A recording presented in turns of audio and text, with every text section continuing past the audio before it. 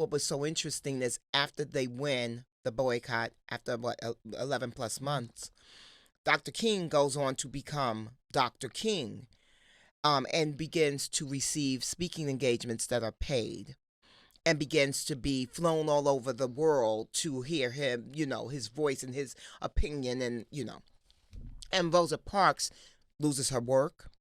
Her husband loses his work.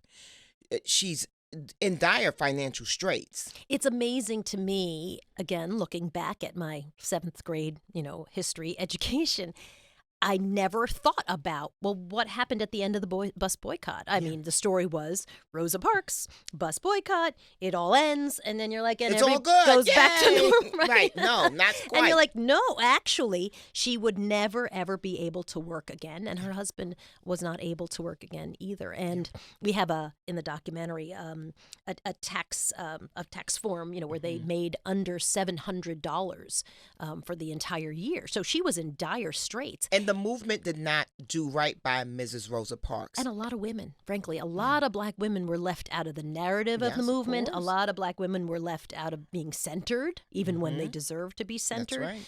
So yeah, that was just, and it was interesting to hear her relatives, talk about how she was never the kind of person who would speak up and be like, hey, listen, don't leave me out of this. Right. But also people had to know that she wasn't working, and yet she would constantly go to give talks and to... But not paid. Not paid.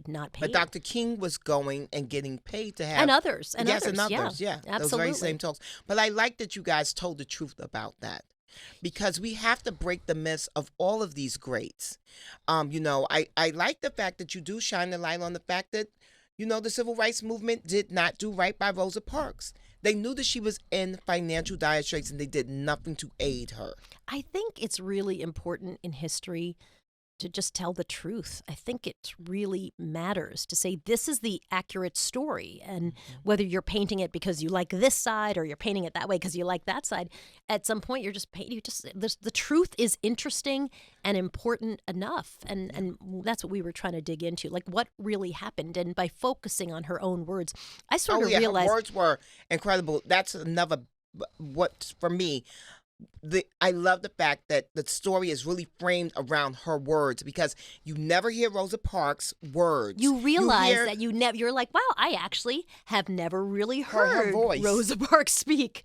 Right? Again, the person who is central in the story, and and you're surprised. Yeah.